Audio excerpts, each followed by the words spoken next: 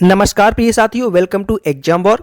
तो MP TET वर्ग 1, वर्ग 2 और वर्ग 3 सभी के नोटिफिकेशंस आ चुके हैं, आप सभी को पता होगा।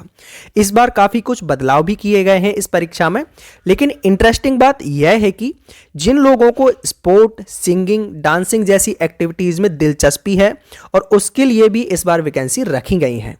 तो क्या है पूरी प्रक्रिया और कौन कौन इस वैकेंसीज के लिए अप्लाई कर सकता है? आपका सिंगिंग, डांसिंग और स्पोर्ट जैसी वैकेंसी के लिए कौन कौन अप्लाई कर सकता है, इन सभी बातों पर हम चर्चा करते हैं। तो देखिए, आपका जो प्राथमिक और माध्यमिक शिक्षक पात्रता परीक्षा के लिए रूल बुक है वो जारी कर दी गई है और 25 अप्रैल से आपके एग्जाम होने हैं। तो आपकी जो पात्रता परीक्षा होनी है, इसमें स्कूलों में सब्जेक्ट के टीचर के साथ साथ अब स्पोर्ट, म्यूजिक और डांस टीचर भी रखे जाएंगे। तो देखिए, स्कूल शिक्षा और जनजातीय कार्य विभाग के लिए प्राथमिक और माध्यमिक शिक्षक पात्रता परीक्षा के लिए एम्प्लॉयज सिलेक्शन बोर्ड ने परीक्षा की तारीख के साथ साथ रूल बुक भी जारी कर दी है। इसमें खास बात यह है कि स्कूल शिक्षा विभाग में इस बार माध्यमिक शिक्षक के लिए विषय शिक्षक के अलावा खेल, संगीत, गायन, वादन और प्राथमिक शिक्षक पात्रता परीक्षा में भी खेल, संगीत और गायन और नृत्य को भी शामिल किया गया है। और इसके अलावा जनजातीय कार्य विभाग के अंतर्गत भी होने वाली पात्रता परीक्षा में माध्यमिक के विषय शिक्षक और प्राथमिक के विषय शिक्षक के अलावा खेल, संगीत, गायन, वादन के लिए भी परीक्षा होगी। संगीत की पात्रता परीक्षा पहली बार आयोजित की जाएगी इस बार। अब बात करते हैं कि कौन कौन इसमें फॉर्म अप्लाई कर सकता है। तो देखिए, स्पोर्ट पात्रता परीक्षा के लिए 50% अंक के साथ आपका यूजी यानी कि ग्रेजुएशन होना जरूरी है।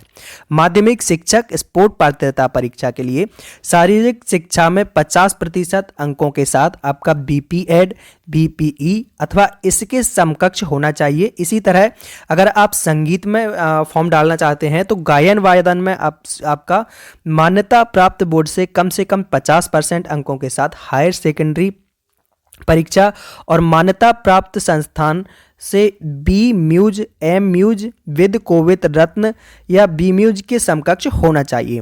और संगीत के लिए पात्रता परीक्षा विषय वस्तु में बाल विकास, शिक्षा शास्त्र और 2 भाषाएं, भाषा 1 हिंदी संस्कृत में और भाषा 2 इंग्लिश और गायन वादन को शामिल किया गया है। और बाकी 30 जनवरी से आपके फॉर्म भरे जाएंगे, जो कि 13 फरवरी तक भरे जाने हैं। फॉर्म भरते समय अगर आपसे कोई मिस्टेक हो जाती है तो उसको आप 18 फरवरी तक एडिट भी कर सकते हैं। 25 अप्रैल से आपके एग्जाम स्टार्ट हो जाएंगे। 150 नंबर का आपका एग्जाम होगा, जिसमें से जो 30 नंबर का रहेगा वो सभी के लिए कॉमन रहेगा, पार्ट ए, और पार्ट बी जो 120 नंबर का रहेगा, इसमें वो सब्जेक्ट रहेंगे जो कि आपने यूजी में लिया होगा, यानी कि आपके ग्रेजुएशन में जो भी आपका मुख्य सब्जेक्ट रहा हो वो रहेगा। इनमें से जो सब्जेक्ट हैं वो ये हैं, एक तो आपका हिंदी हुआ, इंग्लिश हुआ, संस्कृत, उर्दू, गणित, विज्ञान और सामाजिक विज्ञान।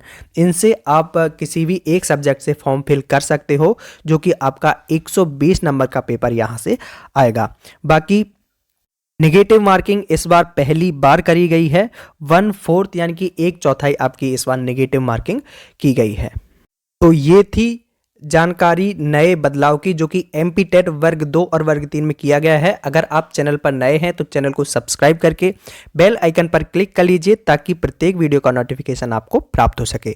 और अगर आप एमपी पटवारी की तैयारी कर रहे हैं तो उसके लिए चक्षु प्रकाशन की एक विशेष बुक लॉन्च की गई है, जहां से आप 8 सब्जेक्ट एक ही बुक से पढ़कर एक ही सोर्स से एमपी पटवारी की तैयारी कर सकते हैं। तो ये रही जानकारी उस बुक के बारे में। आज हम बात करेंगे एमपी पटवारी 2023 के एग्जाम के लिए बेस्ट बुक के बारे में, जो कि चक्षु प्रकाशन की है। जैसा कि आपको पता है कि एमपी पटवारी के सिलेबस में इस बार एक बड़ा बदलाव किया गया है। बदलाव यह है कि 200 नंबर का आपका पेपर होगा और 8 सब्जेक्ट पूछे जाएंगे। तो इन 8 सब्जेक्ट को एक ही सोर्स से बेहतर तरीके से कवर करने के लिए चक्षु प्रकाशन की टीम ने एक एक सब्जेक्ट को और प्रत्येक सब्जेक्ट के एक्सपर्ट ने एमपी पटवारी के एग्जाम को टारगेट करते हुए कंटेंट को तैयार किया है, यानी कि अब आपको एक ही बुक में बेहतर कंटेंट के साथ 8 सब्जेक्ट मिलने वाले हैं। तो बुक को खरीदने के लिए लिंक डिस्क्रिप्शन बॉक्स में है, जिस पर क्लिक करके आप इस बुक को ऑनलाइन भी परचेज कर सकते हैं।